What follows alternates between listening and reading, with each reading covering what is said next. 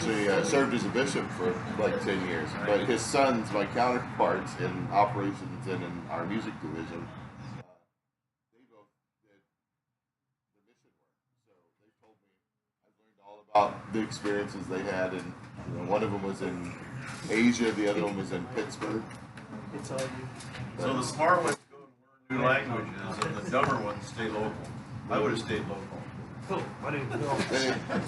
It's really interesting. There are tons of rules about what they can do and what they can't do, and where they can go and where they can't go. Contact their family. Like hosts that they stay with, and I find it really fascinating. All right, looks like we're ready. I'm here. Huh? You're on the air. I'm here. All right. Cool. Father God, we thank you for this beautiful morning. We thank you for your word. We thank you for these men that come and sit down and want to learn more about your word, Lord. Thank you for working through your Holy Spirit to inspire us to come and be seekers of your word, Lord. We know that when we learn more, we know we have to learn even more because we know what we don't know. Lord, we thank you for that wisdom that you give us. We thank you for that yearning to learn more. Be with us so when we're finished today that we can be filled and that we can go out and spread your word to other people and that they'll know by the way that we talk and by the way we act that we are your children. Be with us as we study your word. In your name we pray. Amen. All right, Proverbs 3. Wisdom bestows well-being. And just Paul pointed out something that Jones was asking it. There's some references to she in here. And Paul is very wise. His wife probably told him this, that the she that they're talking about is wisdom. So, the she. All right, so who wants to start?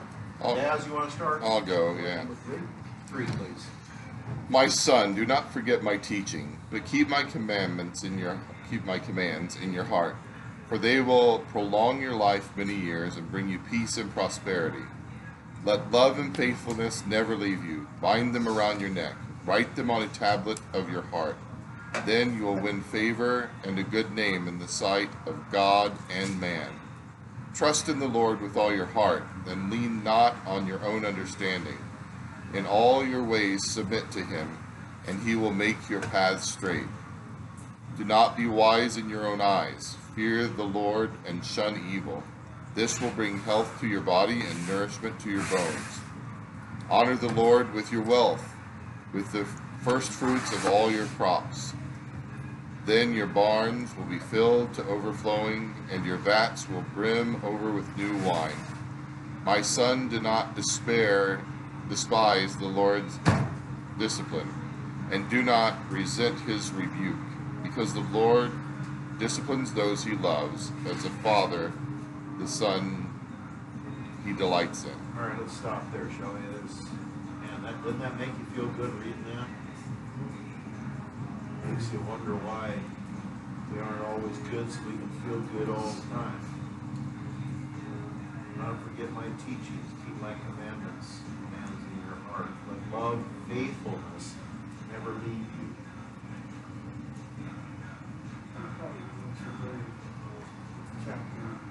Yeah, must be. Certainly rings true. I've heard it. Trust in the Lord with all your heart. Lean not on your own understanding in all your ways. Submit to him and he will make your paths straight. Leaning has a sense of putting your whole weight on something, resting on and trusting in a person or thing. When we have an important decision to make, we sometimes feel that we can't trust anyone. And it says here, not even God. But God knows what is best for us. He is a better judge of what we want than even we are. We must trust him completely in every choice we make. We should not omit careful thinking For he little our God, given ability to reason, but we should not trust our own ideas to the exclusion of all others. We must not be wise in our own eyes. We should always be willing to listen to and corrected by God's word and wise counselors. Bring your decisions to God in prayer. Use the Bible as your guide, and then follow God's leading. He will make your path straight and both guiding and protecting you.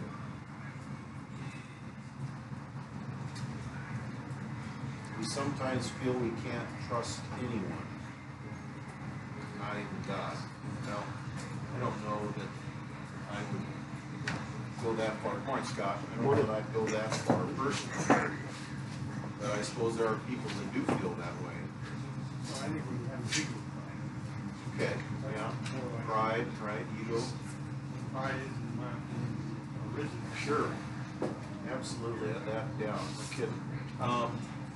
But it's incredible how often I catch myself going to myself, and then I catch myself, okay, I gotta take this to God. I need to look for His counsel, His wisdom. And then I feel good. But I immediately, even as long as I've been a Christian, I still have a tendency to go on myself. Do you guys do that or not?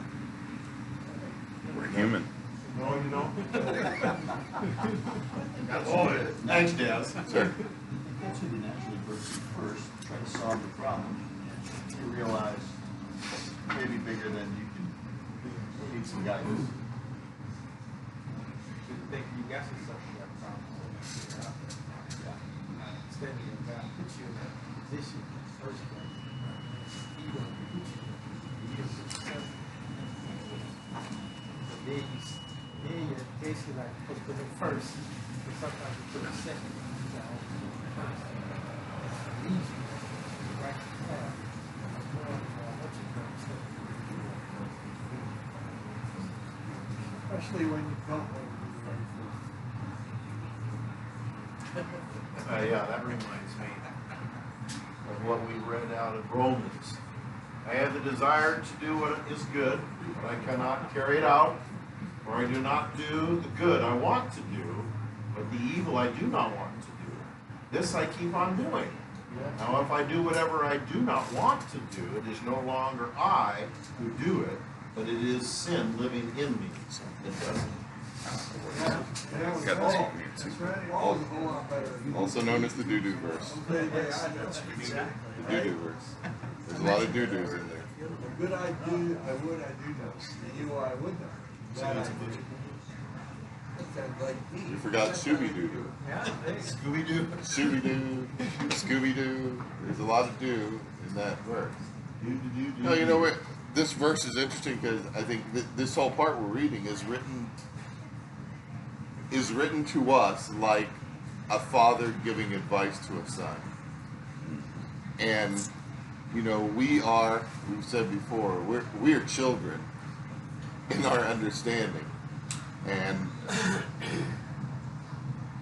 if a child sees something, they'll say, you know, that's fair. They have a strong sense of fairness. As kids, they'll tell you, that's not fair, because they don't weigh both sides of the situation. They only see the outcome of the situation.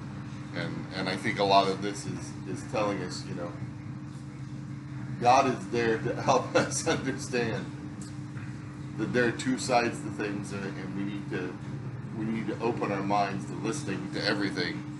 And when it comes to wisdom, when it comes to, you know, our wealth, when it comes to shunning evil, it's like he's talking to a child, saying, you know, remember these things. Later on, you can access them when they come up. So it's like basically like when your dad tells you, don't do this, son, but this is going to happen. Where you tell let me have to see that, but have to have to be. So the problem is have to see. So you're going to do your own thing anyway. Then when you come back, say, I don't think that you're I learned my lesson. The hardest one in Why there. didn't you tell me so I didn't have to suffer? Exactly. The hardest one in there to take is, "My son, do not despise the Lord's discipline and do not resent his rebuke." Yeah. Because the Lord disciplines those he loves, as a father the son he delights in. To receive God's guidance, said Solomon, we must acknowledge God in all our ways. This means turning every idea of life over to Him. This means turning every area of life over to Him. About 1,000 years later, Jesus emphasized the same truth. Look at your values and priorities. What is important to you? In what areas have you not acknowledged them? What is His advice? In many areas of your life, you may already acknowledge God, but it is the areas where you attempt to restrict or ignore His influence that will cause you grief. Make Him a vital part of everything you do, and He will guide you, because you will be working to accomplish His purposes. I don't purposely try to exclude him. I feel like I go, like, I don't want to bother him with trivial things. You know what I'm saying? You ever have that where it's like, why do I want to go to, I could just do that little thing of myself. I feel like I'm bugging him. You know what I'm saying? It's like, yeah, absolutely. So, Absolutely. yeah, so, It's me again, God. 100%. yeah. Anything I expect. Like I said. What in the world? I told you that Yeah. yesterday. Or it's like the simplest thing. It's like, I should have this, you know, or whatever. This last week down in Sackatoon, one of the things we do, there's a book of 1,001 questions, and they're just great questions. The deeper you get into the numbers, the more intriguing the questions are. And this one I wrote down because I wanted to share with you guys. It's along this line, I guess, but whether it is or not, I'm going to read it. There you So go. here it comes. Imagine if you will along those lines. Because it's a great question. All right, it's very simple. Can we disappoint Jesus? Can we disappoint Jesus? If He is omniscient, omnipresent, omniscient, can we disappoint Jesus? What do you think, Kevin? You ever Yeah, thought about that? I've never thought of it before. I think we can. I think He wants all of us to seek God with open arms, and when we don't, I think it would be a disappointment. Yeah, very simply, yeah.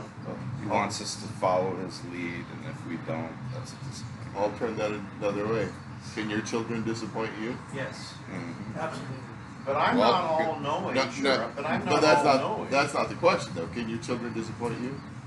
You're their My father. kids have never disappointed. No, very okay. You're So their here father, you go. and God is our father. Okay. So So I've got this thing that will always be in my head, because there are things that when you're with your kids and you do or they do or whatever. And I remember as a 17-year-old father, here's the first thing that I remember just as it happened yesterday. 17-year-old father, my oldest son was doing something, and I slapped him. Not terribly hard. And I'll never forget that, how I felt when I did that. And I was spanker, but I slapped him in the face. It's like, oh my gosh. I've asked him if he remembers, and he doesn't, thank God. But boy, I'll never give that up. But here's another one. About 3 or 4 years ago, my older boys were down. And if you can imagine, every time they come around, because they're not in the Word, they're not practicing the faith that they were given, that we hopefully had given them when they were younger. Every time they're around, I need to address it. I need to talk with them about it. Encourage them. And my second son, Ryan, yes, you guys have met them, they were here. my second son said, "Dad, I'm sorry we're disappointed." It's like, oh.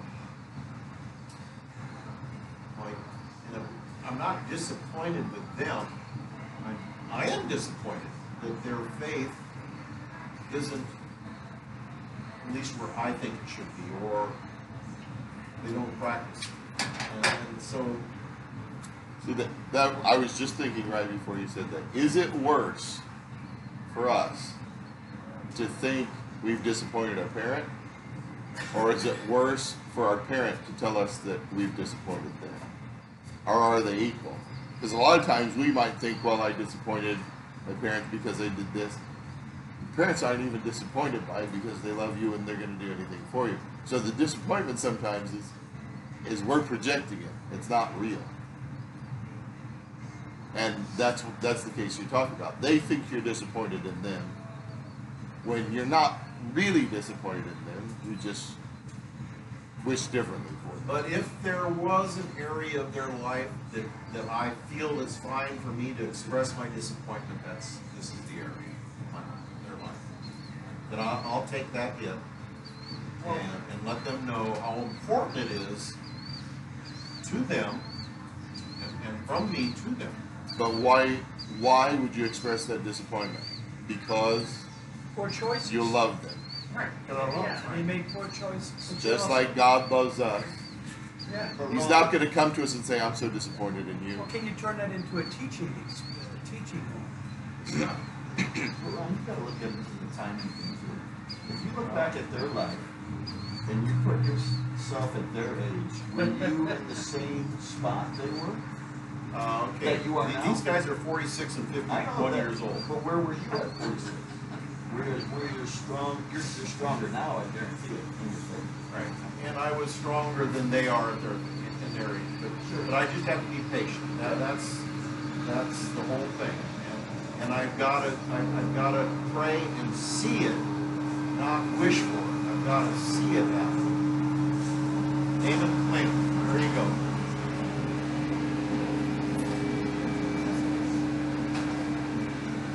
It's an interesting question. It's an interesting question.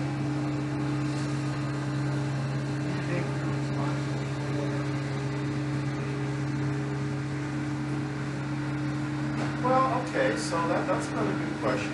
I feel some responsibility for the faith walk of all four of my sons. And, you know, at the time I was doing what I thought I should be doing.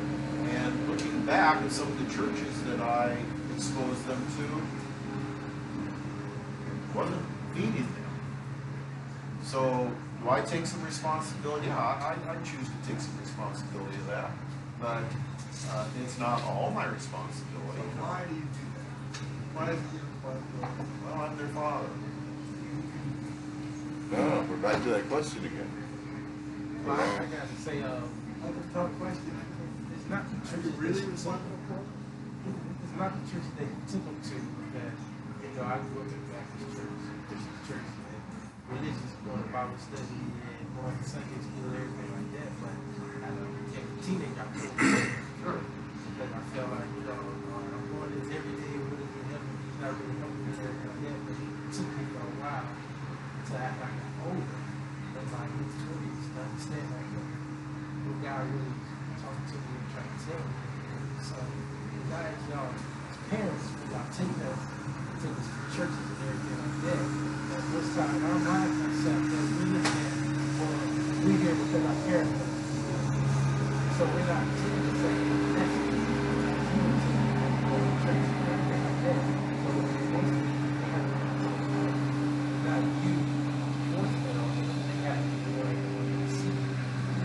Right. Stand at that door. Jesus on one side, there on the other side, there's no hand. They got to open the door. So, and it's not your disappointment, it's just that they haven't received it yet, and you want them to receive it like you have received it. And so you have to let them receive God when you're ready to. I struggle a little bit with this whole thing and what you're saying because, you know, I look back on the way I was raised. I was raised in a very Christian household, going to church 3 times a week. And when I was in that situation, you know, I was uber Christian. I get away from that in college, and I rebel like a lot of teenage kids do. When I come back, though, I come back on a different path. So the foundation my parents gave me has no relationship, I think, to how I feel now and what I currently believe in. In fact, they don't like anything about the church that I attend, but they accept it because there are different paths. But to say that, well, it was my parents' fault or my parents' benefit, either way, that, that's how I was raised. There's a foundation there, but the rest of it's my choice to make. And just like with you, I mean, I'm making you a personal example, you set a foundation. It would be completely different if you went to church every Sunday and you left your kids at home. But you took them to church.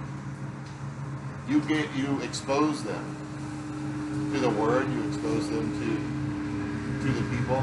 It's their choice. They choose want to follow that or not when they're older. We're in the wrong county. Like the mustard seed thing. Yeah. This one's to us. All right, so I should pay you guys every Friday. This is a time for me to ask you guys for counsel and share things, so I'm sorry. Okay, 13. Daz, you want to continue? Sure. Blessed are those who find wisdom, those who gain understanding, for she is more profitable than silver and yields better returns than gold. She is more precious than rubies. Nothing you desire can compare with her. Long life is in her right hand. In her left hand are riches and honor. Her ways are pleasant ways, and all her paths are peace. She is a tree of life to those who take hold of her. Those who hold her fast will be blessed. By wisdom the Lord laid the earth's foundation. By understanding he set the heavens in place.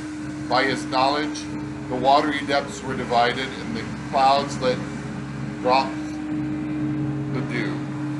My son, do not let wisdom and understanding out of your sight. Preserve sound judgment and discretion. They will be life for you, an ornament to grace your neck. Then you will go on your way in safety, and your foot will not stumble. When you lie down, you will not be afraid. When you lie down, your sleep will be sweet. Have no fear of sudden disaster or of the ruin that overtakes the wicked, for the Lord will be at your side and will keep your foot from being snared. Going on? Keep going. Anybody have anything they stuck out from there? Okay, I'll finish it up then. Do not withhold good from those to whom it is due, when it is your power to act. Do not say to your neighbor, come back tomorrow and I'll give it to you, when you already have it with you. Do not plot harm against your neighbor who lives trustfully near you. Do not accuse anyone for no reason when they have done no harm. Do not envy the violent or choose any of their ways, for the Lord detests the perverse, but takes the upright into his confidence. The Lord's curse is on the house of the wicked, but he blesses the home of the righteous. He mocks proud mockers, but shows favor to the humble and oppressed. The wise inherit honor, the fools get only shame. Verse 28, 26. Do not say to your neighbor, go and come back, and tomorrow I will give it to you. I think, how does that go next? Yeah, that's an area I had sectioned off here. When you already have it with you, I'll give it to you tomorrow, but you just can't right at the moment offer it up.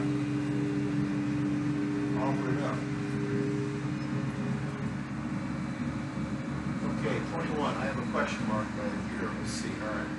So, my son, do not let wisdom and understanding out of your sight. Preserve sound judgment and discretion. It will be life for you, an ornament to grace your neck. And the notes down at the bottom here says, what is the difference between sound judgment and discernment? Discernment or discretion is the ability God gives to many people to think and make correct choices.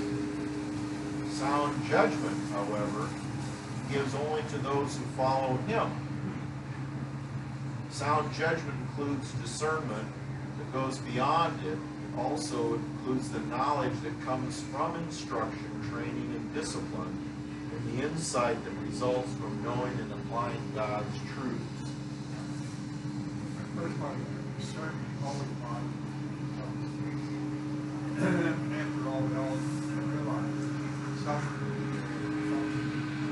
God does not have the discernment of what ability, reason, human ability. So the principles involved here are those that really relate to how we must help. Sometimes, the person will help with the ability to, it breaks my heart. Because, especially if you run into a little child and just can't function. And that's when I think the next part of that verse is in. Because there are certain things about what you must do now that are beyond what we do in society. If you look around, what happens to those people who can't discern God? What happens to them? They always fall into the wrong pattern. Almost always. So that's the one we must work with the most. That's the ones we want to reach out. That's the ones we should adopt. As part of our family, even though it's not physically necessary for us to adopt. I see a difference between those two things. Sound judgment is in the moment, in my opinion. So if someone says, hey, I've got a business opportunity for you. I want to sell hot chocolate in Phoenix in July. And your sound judgment goes, no, that's not a good idea. Discernment is used a lot in the church. And you cannot have discernment without counsel and prayer. That's what discernment is you are, it's not just the discretion of making a decision, it is calculating everything, praying, gathering all the evidence, gathering all the information you need, and see, because very often when people are called to become a priest or a pastor or whatever, the term that's used is they're discerning a call from the Spirit. They feel like they're being called. Now, they're doing the discovery work now to find out, am I really being called? Is this sound judgment that's a bad idea, because I know what that life's like. Discernment is a completely different thing. Knowledge that comes from instruction, training, and discipline. And I would add prayer. If you're discerning without prayer, you're not discerning. The point I was making a lot with probably should be real sense. Also, discernment, one thing judgments the other. What's the value of discernment about judgment? I think I said when you read about being judged through faith or something in the word.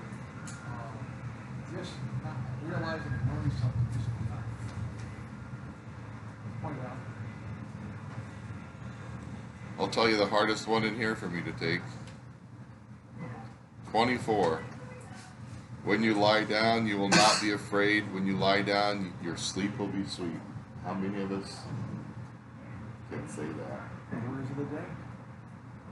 Really? It is so hard to just go, there's a great prayer, and I think I've mentioned it before, in the Australian Book of Common Prayer, and it's a prayer at nighttime, but one of the lines in it that always hits me every time I've used it in a service is, Lord, the day is done. What is done has been done. What has not been done has not been done. Let it be. Right. See, that's the difference for me Just lay it between down. faith and fear. I mean, if you have faith, I'm able to switch things off. My brain, I can shut it off, and I can ignore stuff. I'm very fortunate in that regard. My wife is probably more the other way. She thinks. I mean, I can stop thinking. But and is it faith? I mean, I'm sorry to hear that. No, Very honestly. it's easier for me. I can do that, but like, it seems to be a male-female thing. Holly, it's very. If she's had difficult people that she's had to deal with, the things. She woke up this morning, and said she was having a dream about all the things that she had to do today, and she was getting so anxious about everything in the Not dream. like my wife. Yeah. It's, must be a female. It must be a female thing.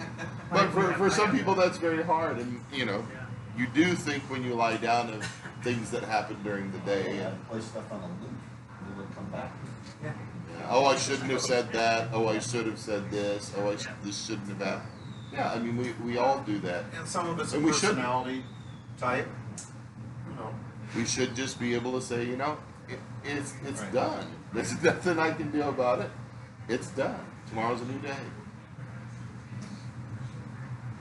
Sometimes we as men have to be really patient with our wives because of the things they talk about over and over and over again. You just want to reach out. You're just like, Where is remain that? calm. His name is Gerhard. That's Gerhard saying that, honey. Like, maybe it's just me. Can we zoom in over Right? Oh, did it? Was that live? Oh, Yeah. sorry. She's not watching that episode. Right. We take that back.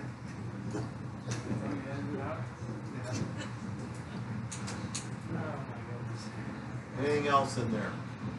I think another interesting one, and I just find it fascinating. 31. Do not envy the violent. I was looking at that. How does one envy the violent? And maybe in that time, in that society, in that culture, if you were meek and didn't rise up against people all the time, then you would have been considered weak. You could look at that in Hollywood, though. I mean, look how much like mobsters are glamorized in movies, and people Yeah. watch stuff like that. I think that's an example of that. You know, There's a movie out now that has floored me. That it is. What is it called? White Boy Mike? Rick. White Boy Rick. A movie about a hustler and a drug kingpin that turned FBI informant. Why would anyone want to watch that? That's why I saw the name right away. I can't imagine. Probably why that verse is there. Yeah. Why are we fascinated with movies like that? A lot of people are. That's why they're popular. Yeah. Because we don't do it ourselves.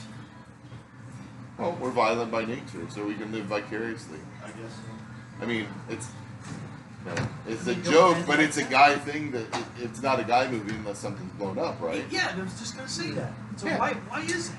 Because women go, oh, somebody got shot. I don't want to see that. We're like, yeah, I want to see that. The difference for me in movies is reality versus not. Like Star Wars and the violence in Star Wars is fun. And go to violence and reality, and I don't want any part of it. Yeah. I don't want to go to that movie. Entertainment versus. Yeah. Well, Yeah. And give me a love story any day. Hallmark. Hallmark, that's true. a couple weeks ago, That's true. I was bored, and I was sitting on the porch, and I was like, well, I'll see what's on, on TV. And I pulled up my Contour app, and I saw on demand is Game of Thrones. So I was like, I've heard so much about Game of Thrones. I've never seen an episode of it. I'm going to watch it. So I told Holly. She said, well, how was it? Because she didn't watch it with me. And the only thing I could say is, it was gratuitous. It was gratuitous in its What do sex. you mean It was by that? gratuitous in the violence.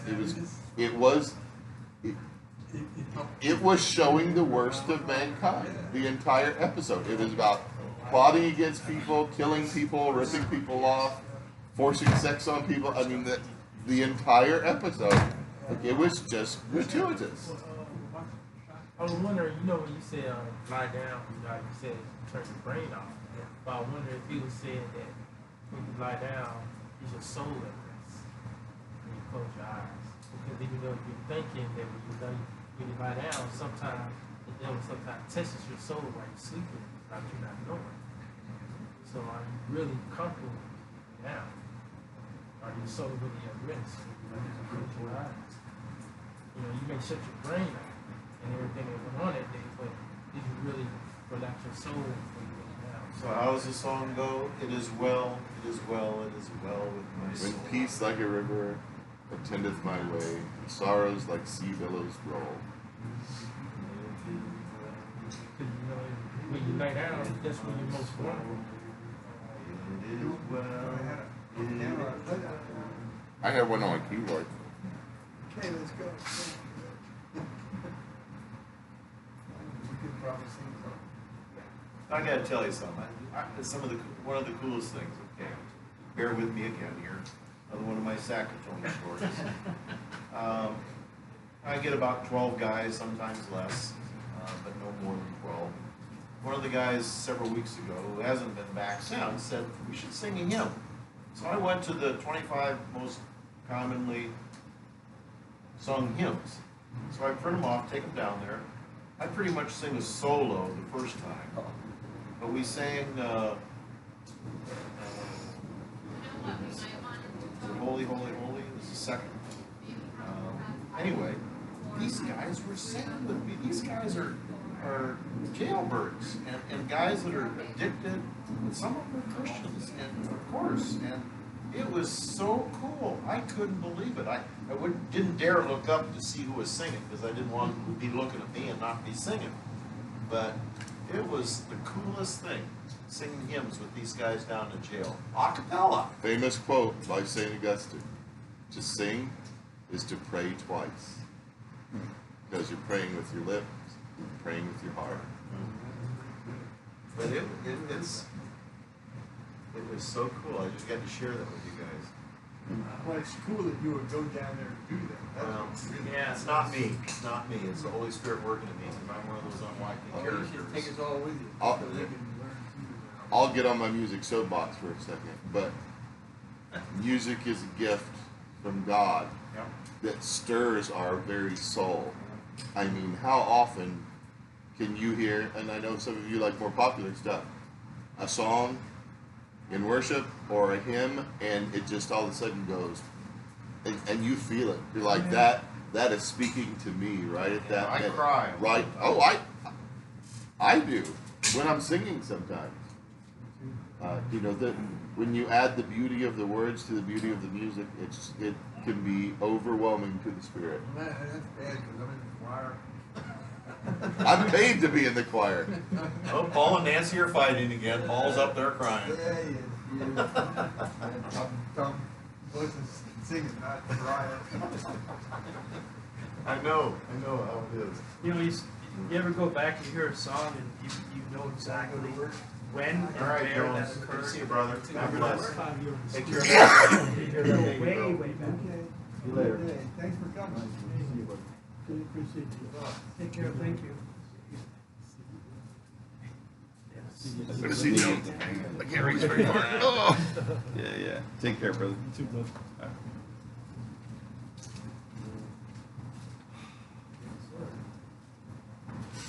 Well, just thinking about. No, never mind. All right, 4. Should we get it? Should we read 4? It's only 10 after 11. So we've got some time here. Get wisdom at any cost. Who wants to read? Paul, you up for it? Sure. Listen, my sons, to a father's instruction. Pay attention and gain understanding. I give you sound learning. So do not forsake my teaching.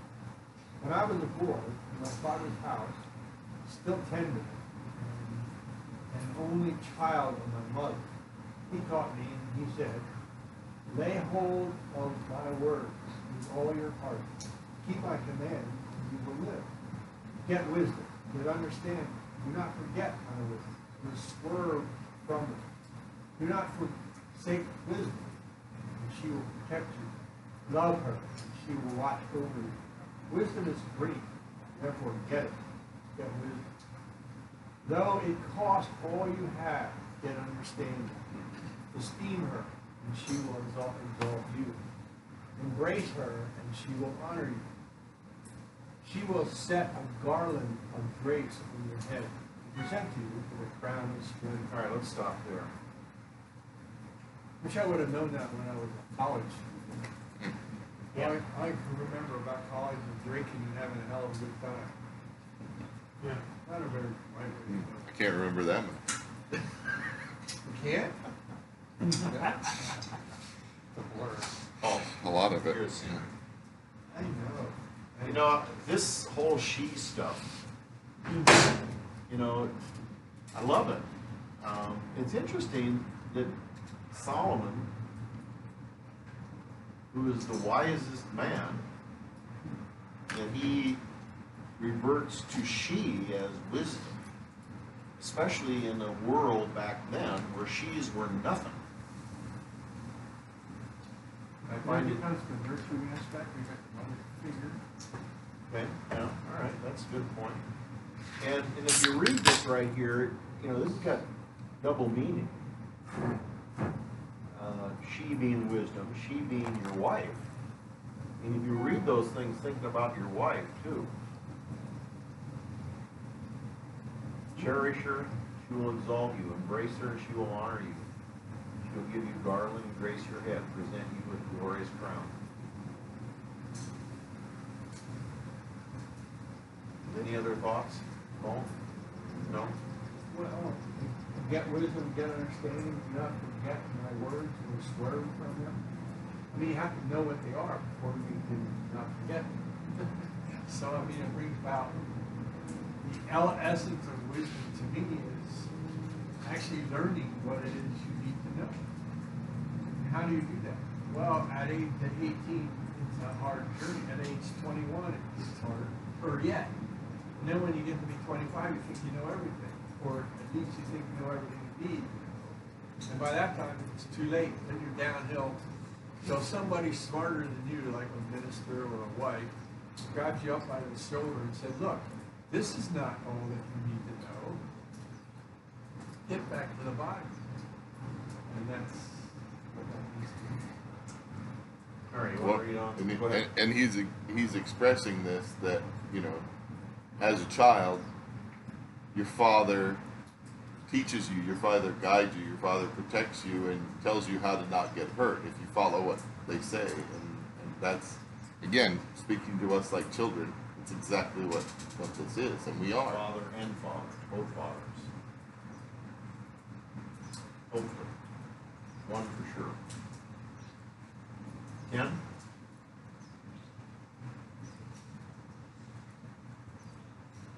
Listen, my son, accept what I say, and the years of your life will be many.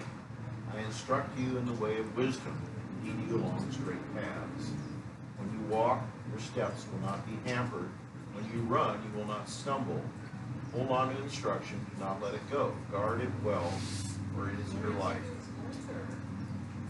Hold on to instruction, do not let it go. Guard it well, for it is your life. Any other, your Bible say anything differently, in a different way? 13? I can change translations if you want. You know what? Same thing? Yeah. It's going to give you. That's all right. That's all right. Let's see. That was 11. When you walk, your steps will be. And let's see. Hold on. Okay. 14. Yeah. Do not set foot on the path of the wicked, or walk in the way of the evildoers. Avoid it. Do not travel on it. Turn from it and go your way. For they cannot rest until they do evil.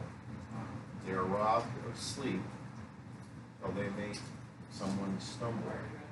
They eat the bread of wickedness and drink the wine of violence. The path of righteousness is like the morning sun shining ever bright till the full light of day. By the way of the wicked is like deep darkness. They do not know what makes them stumble. My son, pay attention to what I say. Turn your ear to my words. Do not let them out of your sight. Keep them within your heart. For they are your life. They are life to those who find them, and health to one's whole body.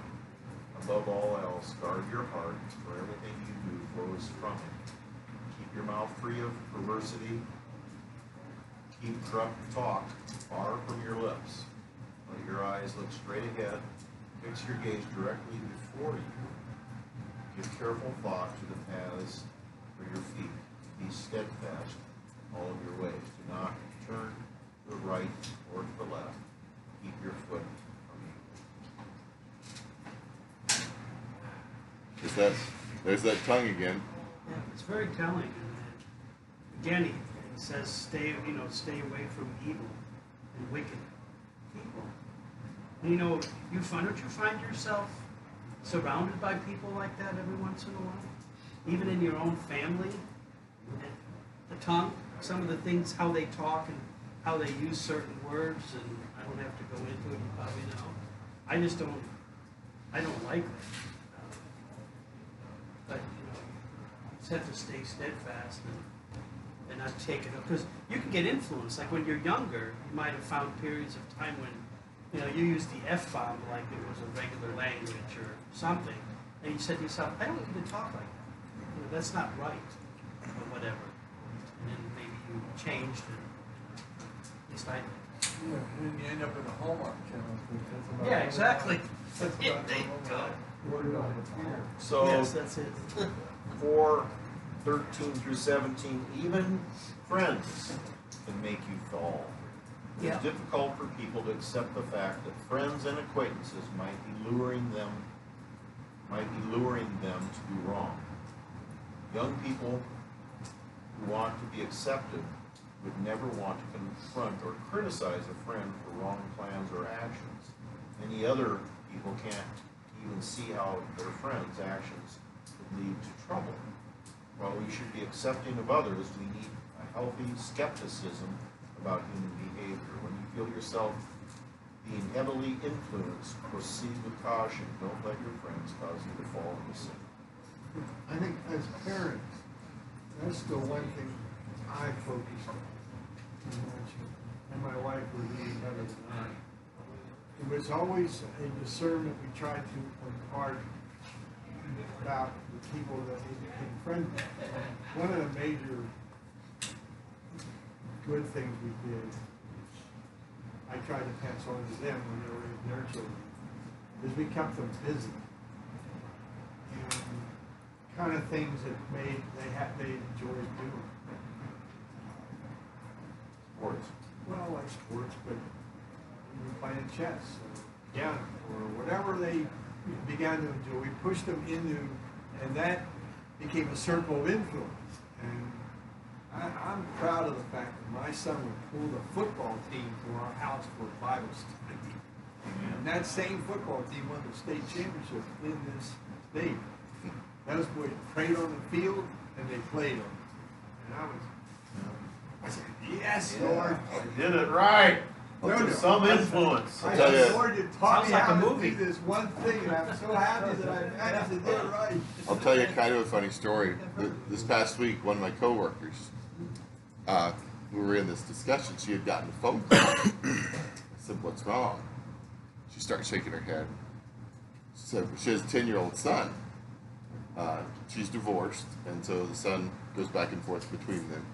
He has this new friend at the school that he's going to that she has told him that, he's trouble. You need to not hang around with this kid. Well, they skipped some after-school activity and walked to local Fry's, and he got caught shoplifting. And she was saying, I'm telling him that you could never, do anything with that kid again, because she knows that he's a good kid, as the other kid that it's so easy. It's easier for our friends to influence us in bad decision making than anything else. But as children, we can't discern that. We're looking for, everyone is looking for acceptance and being loved. Those are the two things that everyone wants. And you got this friend that likes you and accepts you, and all of a sudden you're doing stuff you shouldn't be doing and paying the price for them. But as a kid, how hard is that? You try to impart as a parent, but that's tough. If you want wisdom, it's not a once-in-a-lifetime step. You must decide to go after it. This will take resolve, determination not to abandon the search once you begin. no matter how difficult the road may become. This is not a one-time step, but a daily process of choosing between the two paths, the wicked and the righteous. Nothing else is more important or more valuable. How are we impacted in our daily lives as mature men?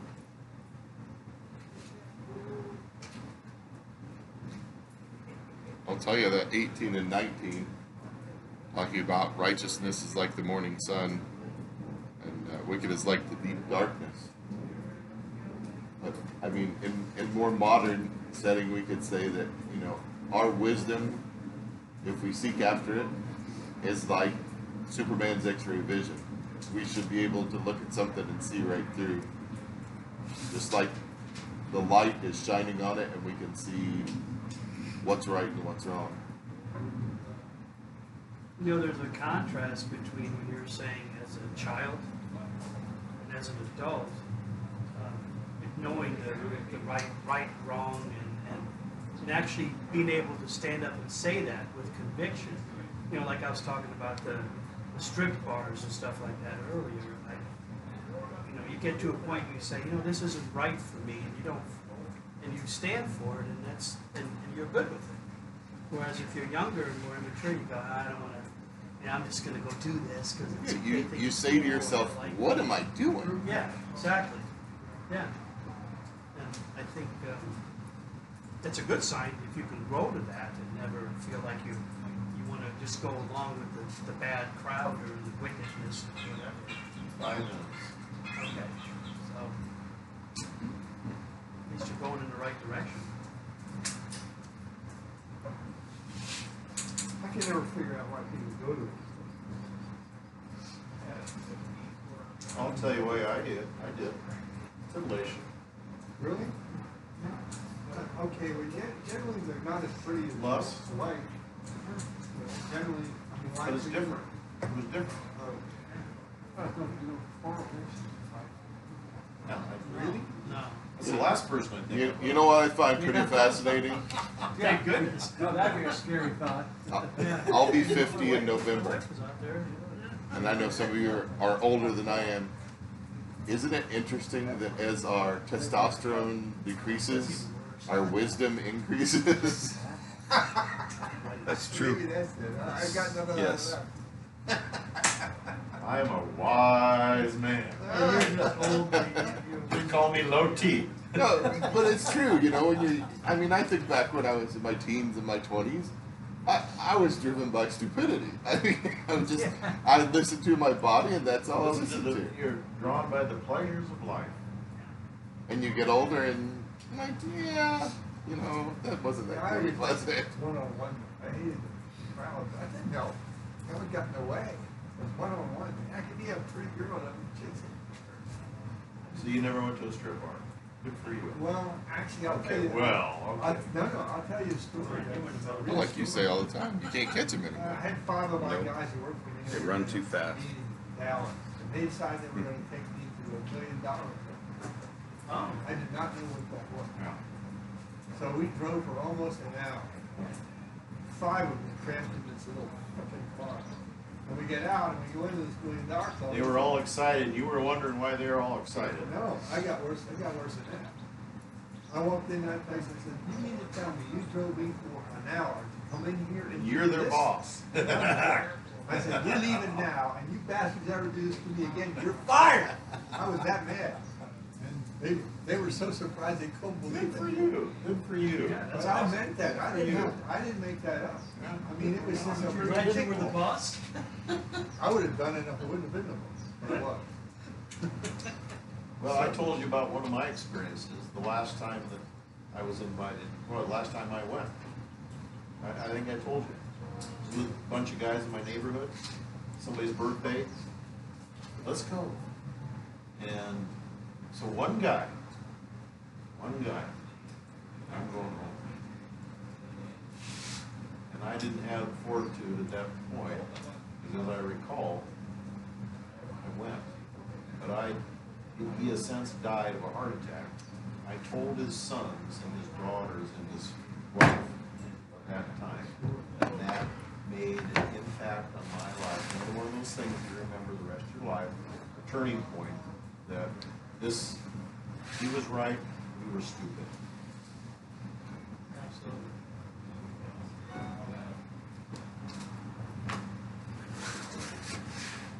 Well, I hate to admit it, but I get the same thrill on yes, on watching the Hallmark Channel with pretty girls. I can. I'm with you. I don't need any I'm help. with you. My wife introduced me to it. All right. Really pretty. Hallmark, baby. You know the end of the story when it starts, but it's Well, a great story. Love story. You can go to an art museum and look at classical artworks of nudes and enjoy the beauty of what you're looking at. It's not like you want to whip it out right there in the museum. You're not looking at it from a lustful standpoint. You're looking at it, and that's beautiful. Right.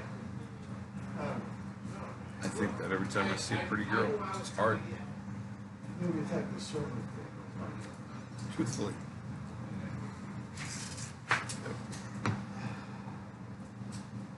Well, just like All the Lord's right, next Prayer. week Our 5. Father, I who just admire beauty. Our Father who art. Well, I got 2 done today. That's good. Yeah. So the 28th. Of course, the most remarkable story about this book was it was written by a guy who actually did all the things we're talking about we shouldn't do by the end of his life. Well, and he was the wisest, richest man ever. That's right, so I guess we're have to comment. Yeah.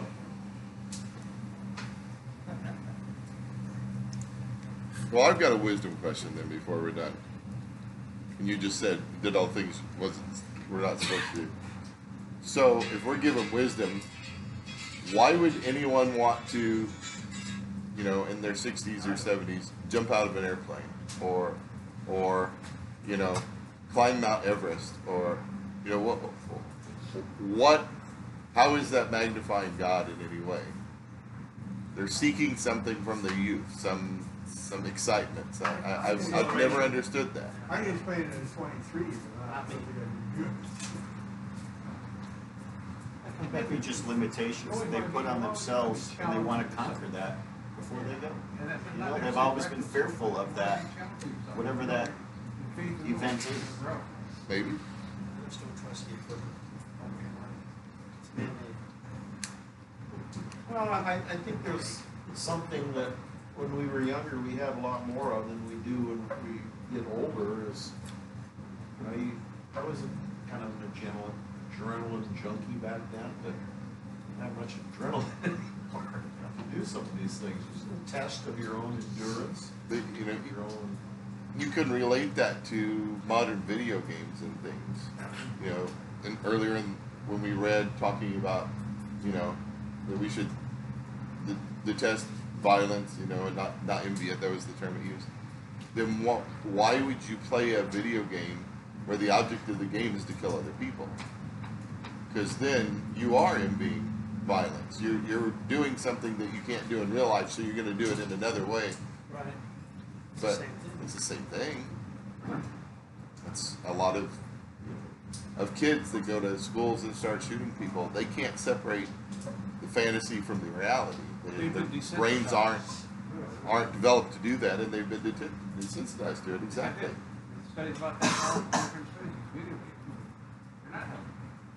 Sensitize these kids.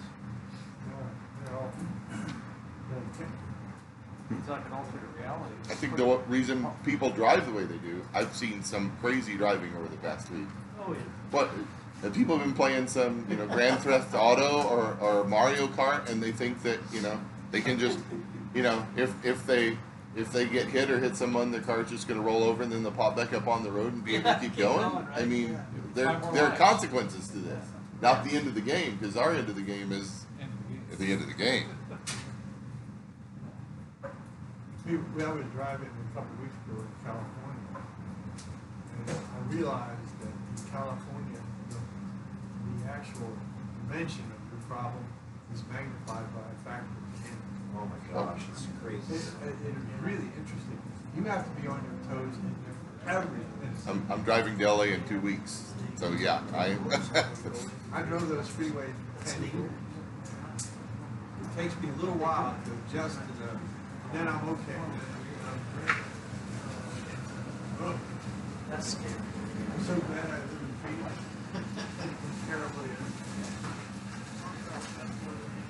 any of you guys are interested, I'm exhibiting with the Israeli Ministry of Tourism, but in 2 weeks in Irvine, there is a convention called Exponential West, and it is all about church planting and growing churches, and it looks like a really interesting convention. If anyone's interested, stay in my room if you want, because it's already paid for. Irvine.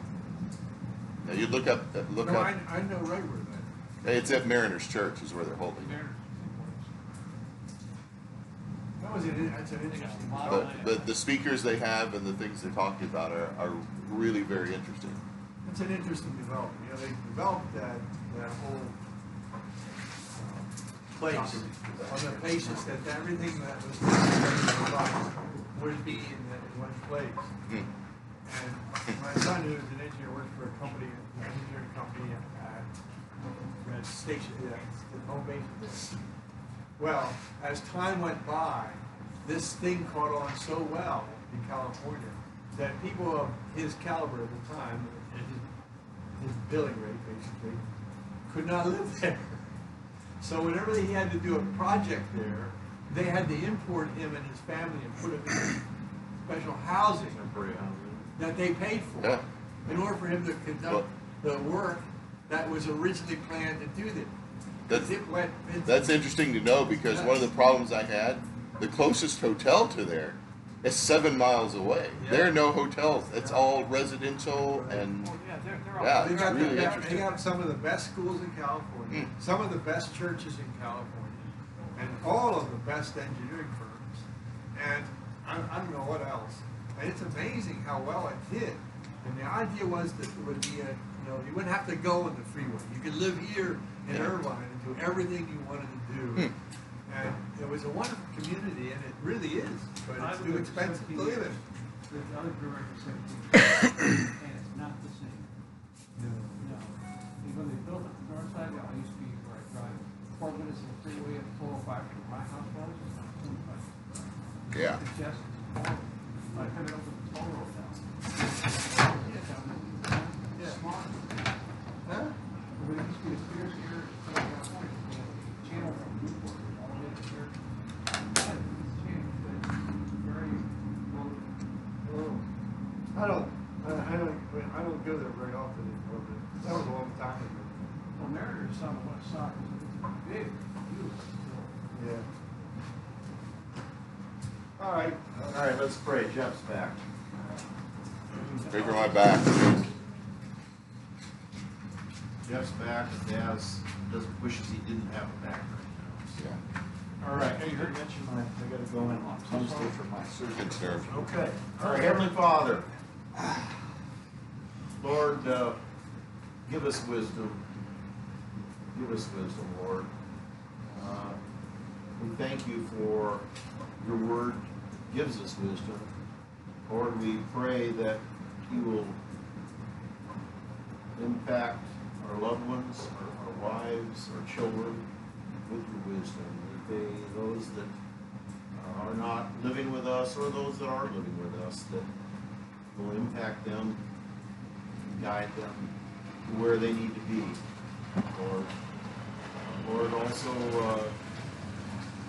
we ask that you be with our brothers that are not with us, that are traveling, James and bring them back safely. Lord, in your wisdom, be with our brothers that are suffering from maladies, Daz with his back, and Jeff's surgery that's coming up, Lord. And we know that with Jeff, we know that you'll be with the surgeons, his hands will be steady, and they'll do a fantastic job in bringing Jeff back to good health.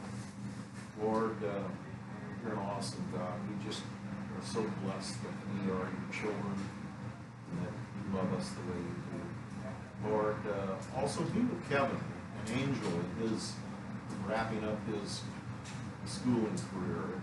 He is a great soldier of yours. He works hard at school. Continue to bless him with success. And Lord, we bring all these things to you and are so thankful for your faithfulness to us, when we sometimes are not. Lord, we love you, we praise you, we glorify you, and we give you thanks. In Jesus' name we pray. Amen. Tell the guys about Thanks, your Ron. service. Yeah, what do you have done? I have